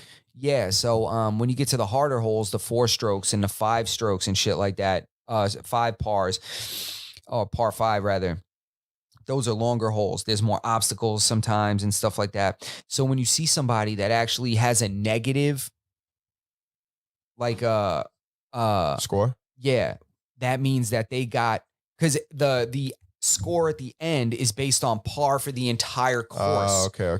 Par for okay, the yeah. entire course. So if you're like -5 strokes, like you are 5 strokes below par, like That's you're insane. you're in the negative. You're doing like Yeah, like that's why when they ask you what your handicap is, and if you're like, yeah. yeah. So Do you know your handicap? no, I have no idea even what that is. You're plus 30? But I know I'm terrible. Well, it's plus or minus based off the par. Let's say this. I'll typically par like 2, maybe 3 holes out of like 9 or 18, really. It's a long day golfing, right? It depends. It How depends many on games the can you course. get in? You pay for 1 round. Okay. Unless Is it expensive? It depends where you go. Some places are expensive. Like believe it or not, like Bethpage Black, like that's like they play like The PGA Tour and shit? yeah, like Tiger plays there and shit. Like it's legit. Like all the big golfers they play there. They have a big, I think like the US Open and shit is held there. But it's has been rather, not every time. I think it's somewhere different each time. I'm trying to look at the way this is set up so I could do this every time. But it's that shit is hard, bro. Yeah, I definitely don't think it's easy. I don't think it's like I don't feel the same way I feel about skiing or snowboarding. I feel like I get on one of those motherfuckers and I'd be like abnormally good for the first time. Yeah, you might be. You might be. I mean, I was okay at snowboarding. I mean, to basic shit. I never did. I don't think I'm gonna fucking do a front flip on the first day, but I don't think I'm gonna be out there fucking falling on my face and shit. Nah, you'd be all right. But golfing is not something I think I'm just gonna get into and be really good. It's like surfing. It's like I don't think I'm gonna pick that up right away either. There's basics to golf that'll help you out. Yeah, because I know how to swing I know how to fucking hold that club though. I got my grip. You know what I'm saying? Yo, I could show you the basics to allow you to play with the thumbs. You know what I'm saying? And I got good hips. All right, yeah, I bet you do, but nice and limber. I mean, we can go out one day and I can show you the basics that'll allow you to play. It gets a little intimidating because sometimes you have people behind you and shit that are like waiting for you, like dudes that are nice that are like getting a game, getting like 18 holes in before work. Or some shit, or after work, and they're trying to get home to have dinner, like because it's like part of people's lives, like that. Like they'll squeeze it in whenever they can. So they want to play a quick game. Like you just got to ignore them. You have 2 sets of clubs? Yeah. What? You said, how do you acquire 2? Yeah, I figured. Yeah. So, I just go through you get things. I go through these phases and I just like doing shit. I enjoy shit. So I just start buying shit. Yeah, you play once, you have your one set and you're like, you know what? If I just had a little bit of a better set, I think I could swing a little bit. I think I could get a couple more yards out there. I think I could actually really. Yeah. The same way I've acquired all of this. You know what's funny? I actually got my girl a set of clubs from this lady that had no idea what she had. Oh, really? Some nice Callaways? She had some real nice shit. It was like brand new and she just wanted to get rid of it. And she was like, how much would you give it to me for? I looked it up and I was like, this much. And she was like, really? I was like, nah, kind of a little less. And she was like, really? And I was like, yeah. And I was like, damn. I should have went lower. I just came up on these. Nice. I had already lowballed originally, but they were just real nice clubs for what we needed them for, Have you went to go play with her? Yeah, we played like a bunch of times. We didn't play like the last couple summers, but we used to play like all the time. There's a really good one by the beach. It's 9 holes by the beach, bro. And it's super informal. It's more like a pitch and putt. They're like three pars, so you don't need like a driver. It's not long distance. It's short. So you just need like a couple of irons and a putter. How far can you drive the ball? I have no fucking idea. Somebody was telling me that I could hit the shit out of the ball. I played baseball my whole entire life. If I wanted to, I could. Now, if you're talking about if I could hit it straight, if you just tell me to whack that fucking thing, I'll blast that fucking thing fucking hundreds of yards. Like I have no doubt. Absolutely no doubt. But now, if you're talking swinging a bat and swinging a ball, swinging a club are different though. They are different, but I have the areas where the dexterity in certain areas that assist with that is there. Yeah. You know what I mean? Like that's already been trained. Mm-hmm. But I can't. How far can you hit a home run? I'm sure I could. I hit one home run, I think, in my. I've never hit a home run. Yeah, it was like little league shit. I've never hit a home run. Shit. I've hit a bunch of pop flies. Yeah. Never hit a home run. Yeah. There's I played with kids that hit home runs and shit. I always wanted to hit a bomb like that, but it just wasn't me. I was more of like a singles hitter, like a gap hitter, like shit like that. I outran a lot of shit. It was just I had to get on base other ways. I wasn't dropping bombs like that. Yeah. But I played a lot. What's center field on like a professional stadium? Like 410. That's fucking far. 400 feet. Yeah. Yeah. Fucking, left field would be like 315, 325. Imagine that, bro. They're hitting a fucking ball fucking 450 feet. Yeah, bro. 500 feet. Bro, I played with a dude that got drafted by the Yankees out of high school. He was on our team. Yeah, bro. I didn't know that. Hell yeah, bro. He never went fully like to the major leagues, but he played in their farm system and stuff. I think he played for the White Sox too in their farm system. Damn, that's sick. Yeah, it was crazy. There used to be scouts at our games. There'd be dudes with like World Series rings and shit in the crowd, like scouts and shit. It's crazy, yo. Like they were at our games. They weren't there to watch us, but of course they're seeing everyone play. Yeah. But it was crazy. And he used to hit the shit out of the ball. He used to hit home runs all the fucking time. Like in high school. Yeah. In high school, he would hit fucking bombs. His bat speed was so crazy. Damn. My dad did the guy who lives behind my dad, he was just telling me the other day, he's like getting ready he's trying to get into the majors. I guess I'm assuming he's trying to get into the show. The guy who lives behind my dad, like his son. Oh, okay. And he's got a batting cage. And my dad's like, yo, every night you just hear the clap. ding, ding, ding. Yeah. Every night. Woof. It goes woof, ding, woof, ding, woof, ding. So what is his dad pitching a bat? No, he's got a machine. That's it. Yo, it takes the investment. He's got a cage. And the dedication. This is the shit I'm saying. There's people doing this with their kids playing basketball. And then J. Cole is like, yeah, I play some ball. I'm trying to go But he's pro. not going to the NBA. Yo, I'm sure that's his goal. You don't think his goal is to go and play? I mean, that's anybody who's playing at that level wants to go to the NBA 100%. But I think he's probably pretty aware that that's not going to happen. Listen, he don't got to do nothing.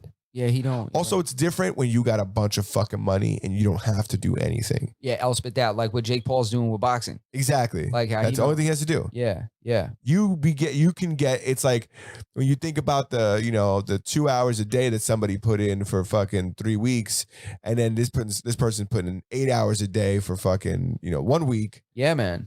You start to catch up when you get into hours.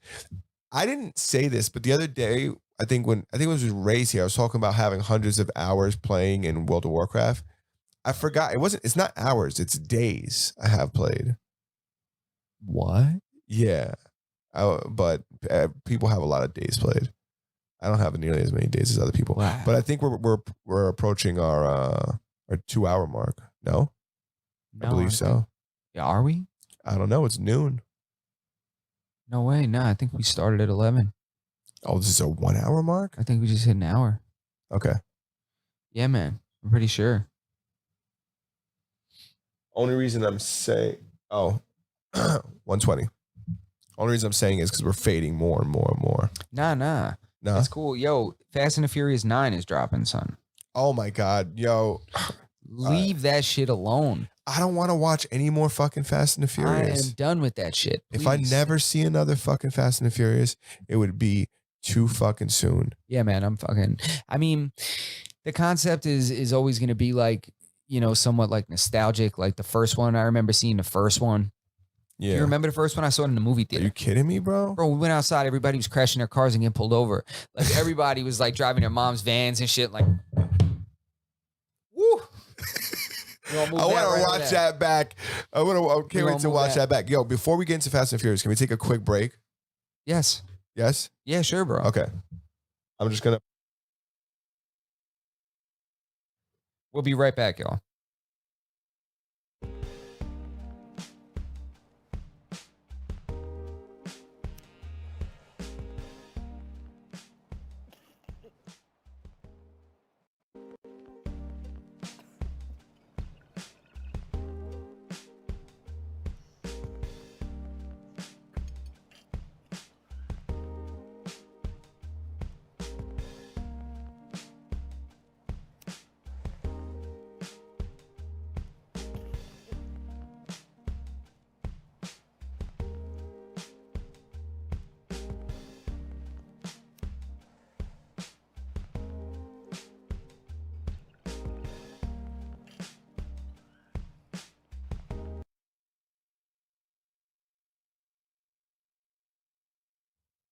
All right, we're back.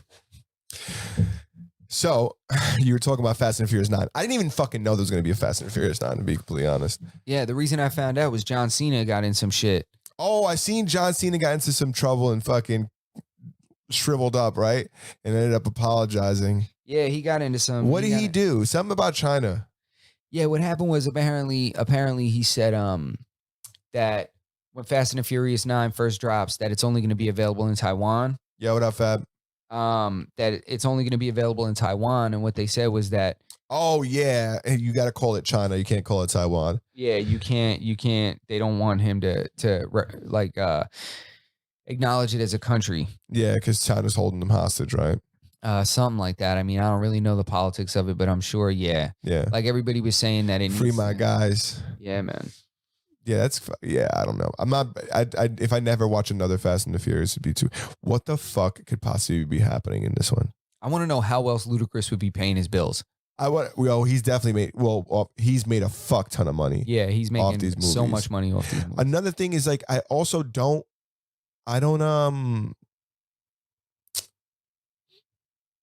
never want to watch another one. That wasn't what I was going to say, but I'd never want to watch another fucking Fast and Furious. They're turning into superheroes. That's what I was going to say. They're turning into like the Avengers now. Ah. Like They're like the Expendables, right? Yeah, is this movie going to be about like the government calling them up to like do like some kind of counterterrorism fucking? Yeah, I wouldn't doubt it. They're gonna find out like they're gonna find out that Dom Toretto is actually Triple X. Yeah. Oh my God. Yeah. He's Xander Cage. You thought he was Dominic Toretto. Really, he was Xander Cage this whole time. He's the fucking same. He's another guy, same fucking guy in every movie. Yeah. Yeah. 100%. There's a lot of those guys, man. Same guy in every goddamn movie. Man, they've dragged that fucking franchise through the fucking mud. 9 of them? Has there ever? Yo, at this point, it's a TV series. They don't even have that many Lord of the Rings. Not even that many seasons of Friends. What the fuck is happening? There's not even that many episodes in a season of Game of Thrones. Yeah, dude. It's no, I wouldn't. Like, I don't know why they're dragging it out so hard. Yeah, man. It's about the money. If people are going to continue going to watch them, but they'll keep generating money. Anything after probably Tokyo Drift and with that country kid. Yeah. I always picture him playing that football player. He played a football player in a movie and he was all like country and all that. Or he played like he had like horses or something. So every time I see him, I always think he talks like this. He was talking like that in that movie too. Oh, he was? Okay. Yeah, he was from the country in that movie too. He I think you're talking about Varsity Blues, right? Shit, I don't even know, to be honest with you, bro. That was a good fucking movie. Oh, screw these. That was a good fucking movie. Varsity Blues, all those like old school football movies are really good. I wonder if oh what shit. This just popped up on my feed. I wonder if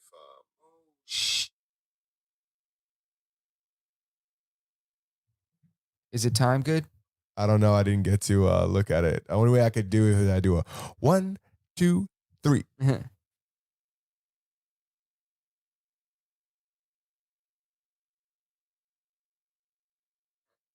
No, it's not. Dude, check this shit out.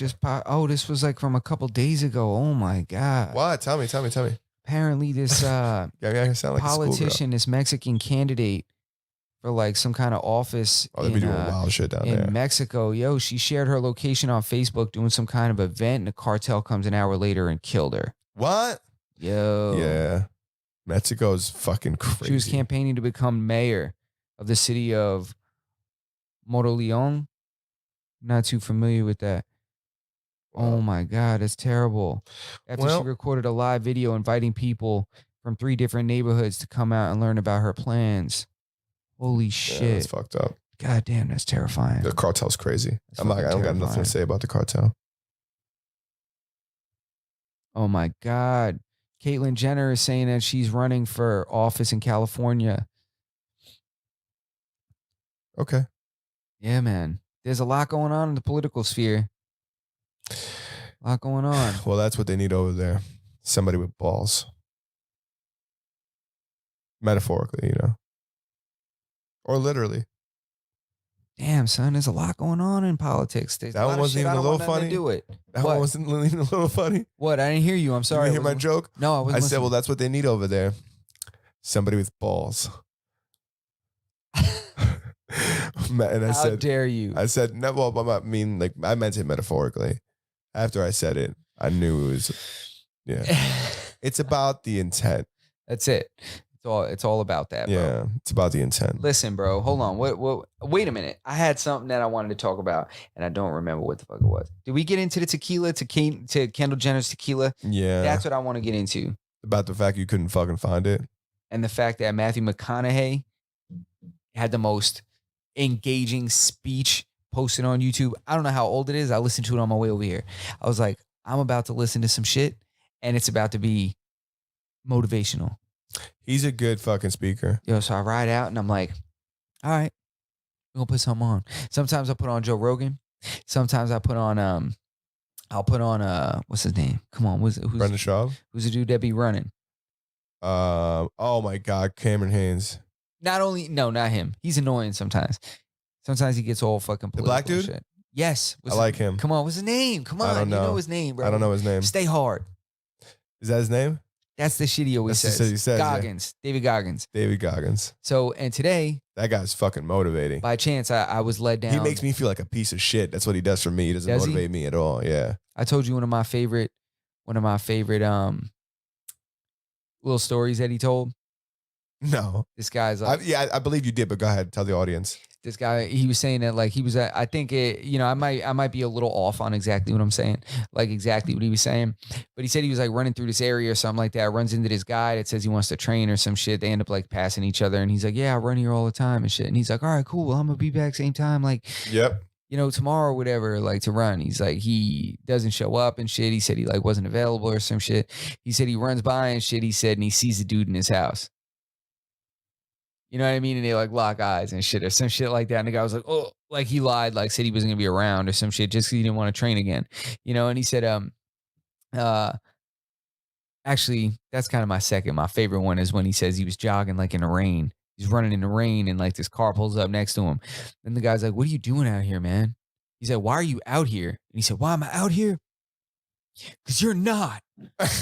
Just like hit him with like he's training out here crazy and shit. Yeah, someone's got to be out here. Yeah. Because you're not and shit. And I was like, oh man, he's a fucking psycho. He's a goddamn savage. You ever see his feet? Tell the fucking story. You finish the other story. Which one? The guy was in his house. He runs past the guy's house. He locked eyes with him. Oh, that was it. He locked eyes with him. And he's like, and that was like it. And he's like, and I just kept on running. And he just looked at me. He said, you know what I did is what he said. He said, in that moment when we locked eyes, I took his soul. He said, I called it snatching souls. He said, he's a fucking psycho. Yeah, man. He said, yo, that guy is crazy. He told the whole story about where that concept came from, like taking souls and shit. He said that came from when he was in the Navy SEALs, when he was like in whatever buds, when they're like pushing him through the training and shit. And he said that he used to just push through when they were trying to make it harder, like when like the drill sergeants and the instructing, like the superior officers would like run them harder and make them do more and do more. He said that he would just smile and shit and like motivate his guys. He said he could see it, that he was like breaking them. He's like, and that was the first time where I saw myself take somebody's soul. He's like, I saw these officers trying to break us and shit, making us do more and do more. He's like, and we would just do it. He said they would have to hold this log like up. He's like, and that was what they had to do for like a certain amount of time, and they would try to make you quit. He said, and then there's something that they do, or it was like a boat. It was some kind of something, like a log, I think it was, like a big piece of wood or some shit.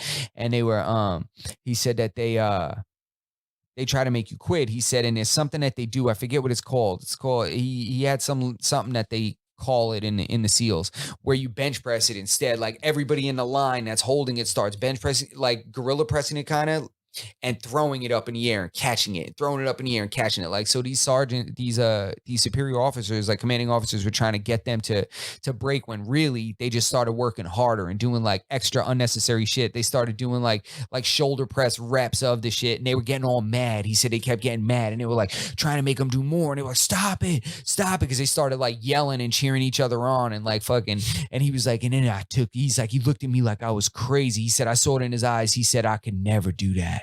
He said, I took his soul. He said, and that's where that concept came from. He said, I call it, he's like, and I call it taking souls. And I was like, oh man, that's some gangster shit. He's like, when somebody can't wrap their head around what you're doing and knowing that in their soul they could never do it. He's like, that's it. And I was like, God damn, that's insane. That's some motivational shit. I'm like, Jesus Christ. When I hear that shit, like when I go running and shit, I'll put that shit on. Bro, I like shave like 30 seconds off my time without even realizing it. It's just, he just like pushes me to just like keep on going and shit. When I hear those really motivational speeches, for some reason, they just do something. Like a lot of times when I'm running, I'm not even listening to music. I'm listening to shit like that. I'm listening to him. I'm listening to, who else? Believe it or not, like this dude, Dave Ramsey, the financial guy. He's just talking about paying off debt, and he just motivates me to like, even though he's just like a fat old Christian guy, that has nothing to do with fitness, but for some reason he motivates my brain to just work hard, like no matter what I'm doing, it's weird. Whatever it takes, man. Yeah, and this whole story I'm talking about came from this Matthew McConaughey speech that I heard today. I listened to it today on the way here, and it was just fucking... He's a really good speaker. He is. They were talking about possibly him running for some kind of office in like something in like Texas or something. Why does everybody feel like they need to do that? But it's always been a thing, like where like famous people would do that. It's always been a thing. Like Reagan was like an actor. Well, it is a popularity contest, so that makes sense. Yeah, Reagan was an actor. Like in Hollywood and shit like that. Like there's famous people that have been in politics for a long time. That's just people who ain't got shit else to do. I mean, I guess, but there's a lot of them that have done it and some that have been effective. Like there's a lot of people that love Reagan. No, listen, I They know love Kim that guy. Kardashian got a lot of people out of jail too. Yeah, I know, man. And she got a law degree like over the phone or Yeah, some shit. and Whatever Trump she's freed doing. Kodak, so Yeah, true. everybody does something right every I once know, in a while. man. They really do, man. I think it was Barack Obama that pardoned Slick Rick. He had gotten deported back to like England, and they let him like come back and shit. Oh, really? Yeah, yeah. Which one? Once upon a time, not long Yeah. ago. Yeah, That yeah, he's English? yeah. Apparently, he was like born there, but grew up in like Queens or something. Is that like 21? Yeah, I know a guy that got deported like that. He had so many issues, he used to like race cars and shit like that. And I think he got deported for like just a whole bunch of like car related violations. Yeah. And he was like born in Colombia, came here and then like lived here his whole entire life. Like I knew him when we were little kids. And then he got deported to Colombia. I'm like, damn, you didn't grow up there. It's not like you just got here and got deported. Like you were That's raised here. insane. Yeah. All your Can you roots, imagine if he didn't speak Spanish? yeah, all your roots but he did luckily, but all your roots and foundation are here. And then they send you back somewhere where you're not even technically, yeah, I mean, technically you're from there, but not really where you grew up, you know? Yeah. Shit's crazy, bro. Yeah. God damn. That shit happens, bro. People fucking end up in country. I've seen it happen with people who don't speak the language. Yeah, god damn, that's terrible. Like, I mean, what's his name? That Jersey housewife, her husband got deported a couple years ago. You know, like one of those. That guy got deported? Yeah, I know he was in jail. Yeah, nah, he got deported when he got out. To Italy? Yeah. Crazy. And he's not like he was like born there. I think he came here when he was mad young. Yeah, he's like he's like a New Jersey Italian. He's not like an Italian. He's not like it's Italy Italian. Yeah, for real, bro. Damn. You know, yeah, it's like when shit like that happens, it's like, I'm like, damn, I feel worse about that. Like people always feel bad, like worse when people from a country get deported. Yeah. You know, but if you're here from like real early on. Yeah, that's way worse. It's way worse, man. It's yeah, 100%. If you get back there and like you could still go somewhere and people still recognize you. Hey, what's up? You're back. When you get somewhere and nobody knows you and it's like you're like an outsider, that's when it's like, fuck. Yeah, man, that shit's gotta fucking be terrible, bro. Yeah, 100%. God damn, son. But what else is going on? We got some real good fights coming up. Who's fighting? Real good ones, bro. You got Yair Rodriguez and Max Holloway are fighting on June 17th. So I think. fucking good. And the weekend before that, I think it's like what is it? There's one weekend. I think it's June some. I think it's like June 12th is Conor McGregor, Dustin Poirier, and then the following Saturday is Max Holloway, Yair Rodriguez. The Ultimate Fighter's about to start too. Yeah, it's I don't like to watch Volkanovski fight. He don't do it for me. So like the finale, I'm not really into, but I want to see who fights because I think they're the same weight class, right? They're coaching like featherweights. That's what I would imagine they're doing is coaching featherweights, right? I don't know. I've watched the Ultimate Fighter, but never like I went back and watched it. Yeah, it was really good, man. Like when I watched it when Nate Diaz was on it and shit, like back in the day, more so than like later on. But I also watched some of the newer seasons, like when Conor was on it and stuff. Yeah, they say Nate only went into the confessional like twice for like the first 2 days. So like any footage of you see him like talking to the camera, like that's chopped up from the first 2 days. Like he never ever went back in there and did that shit. Yeah, bro. Well, you know him. He's not gonna really follow any rules, bro. Yeah, this is it. Yeah, what's the I'm looking right here. Let me see. Ultimate Fighter program package years. Feature for the upcoming season will be bantamweight and middleweight. Okay. So 135 and 185. So they'll be coaching two weight classes. So bantamweights and middleweights. That's weird because neither one of them are either one of those weight classes. They're not bantamweights and they're not middleweights, but who knows if they've always done that, like done the probably not. It's probably always been that way and I just never paid attention. Was Conor a coach on that season or was he just a special guest? Nah, he was a coach. And he just always wore a suit? No, not always. Oh, okay. Sometimes. Yeah, it was him versus Uriah Faber. And they were in different weight classes, so they didn't have to fight. He was a featherweight and he was a bantamweight. So it was just more so. Wait, the coaches have to fight each other? Yeah, at the end, that's the whole thing. It's always been that way since the beginning. The coaches of the teams are the main event on the final. I didn't know that. Yeah, bro. So it's intense. But yeah, dude, I'm telling you. Okay, but obviously Conor didn't fight fucking. No, because they were different weight classes. So they changed it sometimes, but that's how it was. I mean, Miesha Tate and Ronda Rousey. They fought at the Is end. it gonna be Tito like Ortiz that? and Chuck Liddell, they fought at the end. Rampage and someone else, and then you have Vanderlei Silva and Chael Sonnen. Like all these guys fought each other. Are they gonna have to fight? Is this one gonna happen like that? Yeah, it's Brian Ortega gets a title shot against Volkanovski at the end. I didn't know that that's the way it was happening. That's kind of fucked because like I wonder if they're really getting to train because they have to do this show, like getting to train the way they would normally train when they're not having to do a show. I'm sure that they make time for it. I mean, it's run by the same company. Yeah, but you don't train with this company. You train with your camp, you know. Yeah, but I mean, UFC is running both events, so I'm sure they give him time to do his camp. Oh yeah, but when you're in camp, but but normally when you're in camp, that's all you do. I'm sure it's not. No, Nah, I'm sure that because I think they're probably just popping in like once a day. It's not like you see the UFC fighter every single time. Like a lot of it is like them in a house. They live in a house. Like some of it is like them training, and there's other coaches that work with them. Like let's say if I'm sure Brian Ortega is gonna have Henry Gracie is gonna be there helping and shit.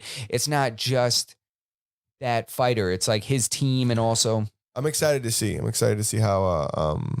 How the season works out. Yeah, some people hate on the Ultimate Fighter. I think it's dope. It's one of the best things that ever happened to the UFC. Yeah, I mean, I think it's dope. If you think about it, like so many people came from the Ultimate Fighter. Yeah. So many people. Like Matt Serra came from there. Did Kimara come from there? Mm-hmm. God, it's a you name Nate it. Diaz. Yeah, Nate Diaz came from there. There's a bunch. There's like 5 or 6 champs that came from there. Rose. Yeah, I think Rose is on the Ultimate Fighter. There was a lot of fighters that they're like champs that came from there. Michael Bisping. Yeah. Forrest. Forrest Griffin, of course. Yeah, Forrest Griffin. Stephan Bonner. That was the fight that changed the entire popularity of the UFC. Did they both get a he gave both contracts at the end. They both got contracts. Yo, shit was so crazy, bro. That's insane. Yo, it was so crazy, like the timing of it and everything, and how like, yo, the way they explain it is like so many people, like that fight was so crazy. They said that like through the course of the fight, the numbers kept on climbing. So they said the only way that they could describe how that happened was they were like, it was just people calling people like, yo, put this shit on. Yo, we're watching some crazy shit. They said it was just people just telling more and more people because the fight was so crazy. They were like killing each other. And it was like, and everyone was just calling their boys. They said like, everybody was just like, yo, are you watching this fucking fight? Like put this fight on, like messaging their friends. Put Spike on. Yeah, bro. And it became like this like really iconic and moment in the culture of like bringing MMA to the forefront. And then that's when it became business viable. I think that's when people saw that it was lucrative. I think ultimately it was less about the violence and more about the company seeing the potential to drive revenue through an event like this. Mm-hmm. Like they were like, oh shit, people will actually watch this. Like we didn't think that people would watch this compared to other sports. Like there's potential here. That's why I understand when like Dana talks about the fact that he doesn't give a fuck about Triller. He doesn't like that these guys won't exist soon and how like he's just like letting them talk in the background. He said these guys call me every day. They text me every day. Yeah. Yeah. He's he's witnessed it literally from its inception of like, of this company being nothing and him convincing people to invest and them trusting him with their money and then him flipping that company into a $4 billion flip. I think they invested initially like 12 million or something like that. The Fertitta brothers, like that's what they did initially. And then it turned out to sell for like 4 billion. What kind of investment appreciates like that over the course of like 20 years? Insane. Like it doesn't happen. Like it doesn't happen. I think they bought it in like the late 90s or something like that, or like early 2000s. So really it was like, let's say roughly 20 years it took them to turn that into what it is today. Like it's unbelievable. Like nothing appreciates like that. Like nothing at all. Like billions of dollars, like $4 billion. Well, Dana says it. He says before anybody swung a club, before anybody put a ball in a hoop, people were fighting. Yeah, people were fighting and people were lining up to watch them fight. Yeah. People were being enslaved to fight. Yeah. Gladiators and shit. Like they were literally forcing them to fight each other for entertainment. Now you have people willing to do it that are dedicating their life to training. Of course, man. Of course that shit's gonna pop. Yeah, 100%. And of course MMA being what it is. Do you see John Danaher on the new Rogan? He's on there again. No. Bro, he was talking some brilliant shit. He was really that guy's a fucking genius. Bro, he was dropping some knowledge of shit that I've never seen in my life. Like he was saying the realest shit about jujitsu. He was talking about like escapes that you train in jujitsu. He's like, you're always escaping the guard. He's like the guy on top. He's like, there's almost like this like gentleman's agreement. He said, when you train that somebody's kind of going to play bottom, somebody's going to play top. He's like, whoever gets the takedown, that person is now like, whenever they escape from a bottom position, they're trying to escape back to guard. He's like in jujitsu, nobody's ever trying to really stand up when you're training. He's like, then they get into MMA. He's like, and they can't understand like how to defend a guy standing up. He said, because you don't train that. He's like, you continue to just chase the submission from the ground, you know, because when you're training, when I'm rolling and we're sparring, like once you're down on the ground, you're there pretty much till somebody gets finished. You know, you're trying to reverse it. You know, you're trying to reverse each other. It's very rare that you break apart completely and stand back up. So that's what he was explaining. And he's like, that's why when a wrestler gets introduced to the mix, he's like, a wrestler, that's the escapes that they attempt. They attempt to pull away and stand up. He said, so now he's like, when you have a wrestler versus a pure jujitsu guy, he's like, that guy doesn't really understand how to defend against the wrestler backing off and standing up. So now you just expended all that energy as a jujitsu fighter to take that guy down. And now that wrestler was able to just pop back up. Now what? Now you just expended all this energy for a useless purpose. You know, he's like, so that needs to change. And I was like, wow. I was like, that was so crazy, because then I was thinking back to all my training and I'm like, yeah, typically that's what happens. Like you know what I mean? Like, unless we're specifically drilling to stand up, he's like, you know, I'm thinking like that's kind of what happens a lot of times in training. That guy's a genius. I heard you know, he also he trains people with striking. He trains with he doesn't just do jujitsu, which is crazy. I heard Gordon Ryan talking about that. He's like, yeah, he's also like, you know, so-and-so's striking coach, and you know, he's Gary Tonon's striking coach. Yeah. Gary Tonon is fighting MMA and he's doing well. He's like, damn, he's doing it all. Yeah, like he knows everything. And when he first started, he was fighting a little bit more like Dylan Dennis. Like he was just diving for submissions and submitting people pretty quickly. But now his striking is like coming up and he's doing okay. He's over in one championship, which one championship is fucking tough, man. I don't know. I feel like one championship has better competition than Bellator. I'll be honest with you. Well, it's about matchups too. It's about the people who pick the fights. Like you can make some shitty fights. Like It's about putting people who are going to put a show together like that. A fight of people who are too equally matched was going to put on a better performance than like somebody who's like significantly better than the other person. You know what I'm saying? It's going to be a fucking slugfest or like, you know, depending on their disciplines, like putting certain disciplines against each other. But one championship, I don't think does that. I think it's fair. It's okay. They match up pretty well. I mean, they don't like anybody getting beat to hell. That's what I'm saying. They probably do good matchups. Oh, you mean I'm saying that they probably have a better matchmaking system than Bellator. So like their pool of fighters don't need to be as good because they can just take what they could work better with what they have. Yeah, I guess that could be it.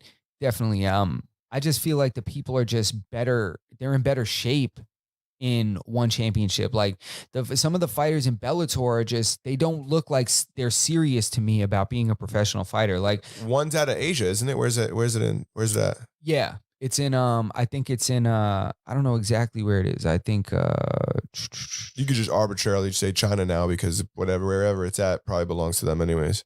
Oh, because they just own the world, right? I forget where exactly it is. I forget. It's based in Asia, but I don't know where. Okay. I think you know, Misha Tate just had an administrative position with them, right? She was like the vice president or some shit. What? Yeah, and you know she's coming back. She's got a fight coming up. She came back to the UFC. She had to leave her position there. She moved to like Singapore with her family and shit, and like and then had to come back. Oh, I didn't know that. Yeah, man. Yeah, and Dana White let her fight, so she's got a fight coming up. I want to see how she does. I want to see her grappling, like, because that's really where her advantage was with a lot of these girls, was her wrestling and her grappling.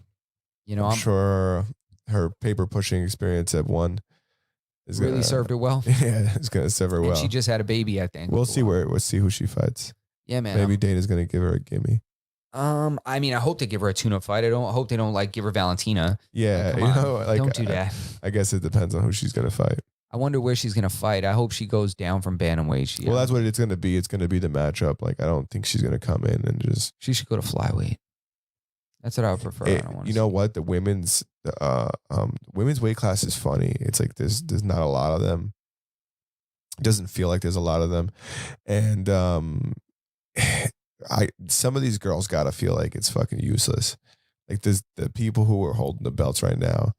Now Rose got the belt. At least that makes, because Weili was looking kind of unstoppable for a little bit. So Rose came in and fucking TKO'd that bitch or KO'd her. Yeah, facts. Weili is she was looking like a goddamn bulldozer. She was looking unstoppable, especially after the Joanna fight. I don't know what it is about Rose, even though I always pick her, or a lot of times I pick her in fights. Like I picked her in this fight. I doubted her though. Yeah, deep down inside, for some reason, I feel like she is kind of. I thought Weili was gonna break her. I also thought Weili was way bigger than her, and like a little at least bigger than her. Then I see her, I'm like, damn, Rose is actually bigger than her.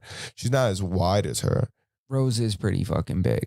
But she's tall. And she's lengthier than her. But that's that kick. I'm like, for some reason, I don't think she has the power to put out some of these girls, and she does it every time. Yeah, that's exactly how I felt. That's exactly what I thought. I was like, she just doesn't have what it's going to take to really like put her out, and she fucking proved me wrong. Like same thing I thought when she clipped Johanna with that left hand and put her on her ass, and I was like, oh my god. I was like, I don't know why I'm always doubting her power, and then she flicks that kick up and knocks this bitch on. Oh my god. I was like, oh my god. Yeah, so she's a fucking savage. We'll see. I'm excited to see what her next fight's gonna be. I don't think there's not a ton. The level of there's like such a deviation between in the women's division in their level of competition that I think the fights are kind of easier to call almost. Yeah, man. It's interesting, man. I'm intrigued to see what we got going on. What the fuck is Caterday? Caterday is like this. It's this cat holiday. Apparently, it's like this. I'm gonna to check it out real quick. Yesterday was National Burger Day. Yeah, I think it was yesterday. Yeah, man. And I didn't have a goddamn burger, which I should have. I had fucking pizza yesterday, which is rare for me because I usually don't eat that shit. But I had pizza yesterday and some chicken wings. Dude, this pizzeria got some fucking chicken wings by me. Bro, they're so good. Chicken wings? Yeah, you could tell they're just warming them up. Or they're just putting them in a deep fryer, but they were delicious. You got an air fryer, son? You need to get one if you don't. I had one and we gave it away. You didn't do right by the air fryer, bro. The air fryer is changing my life. They're just too small. They're too small? I need something like with a big, like that's like the air fryer we had would do like 8 chicken wings, 10 chicken wings, I need something that's I could put a 30 piece in, Yeah, I guess you're right. You're serving for an extra person. Yeah. I'm not. Like it's not but I want to talk about Caterday. Yeah, Caterday is like I guess this is just I don't know if it's just Saturday or if it's some kind of a holiday. But everyone's saying like posting their cats. It's going crazy on Twitter. I mean, this is new to me. That's why I'm glad you brought it up. I fucking hate cats. It's got 15,000 tweets, man. Dude, cats, they're dumb. They're not dumb, like they're dumb but we don't need them and they don't need us. A cat will go out there and they will not starve. It will fucking eat. It will get food. They catch squirrels. They catch mice. They catch fucking birds. Bro, there's videos online of like a GoPro on cats and like how much devastation they cause to like the small mammal population. Like they're just decimating everything. Yo, they say like there's some crazy amount. Like there's like 1 million birds killed daily by like house cats in the United States. Insane. Or some crazy shit. And they're not only that, but like you let your cat out, your cat will have a whole nother family. Yeah. You want to hear something? You can't keep a cat in the house. You can't keep a cat like in your yard. Okay, no, it's gonna go wherever it can go. Go wherever the fuck it wants. I'm gonna tell you something crazy. When I first started dating my girl, this is going back a long time. When we first started dating, she lived with her sister, and her sister had a cat. So like they had like a family cat. Bro, this cat was a savage. When I tell you, I would go outside on the deck. I remember the first time I went out there and I found this. Yo, it would catch rabbits and decapitate them and leave the heads on the back step. What? Bro, take their heads clean off, son. Clean off. She would separate the head from the body. the cat. She was a savage, yo. And then she would just be sitting there. You would just see her with the heads, and she would just drop them and shit. It was the most vicious shit I've ever seen. Did she eat the rabbit? I don't know. I don't think so. But yo, with some savage shit, yo. She used to do really crazy shit. Yeah, they're mini fucking tigers, bro. They're mini fucking tigers. They are, man. They're savage. Anybody that thinks that they're not, yo, it's like it's almost like I felt like she was killing for sport. I mean, she ate. She was fed.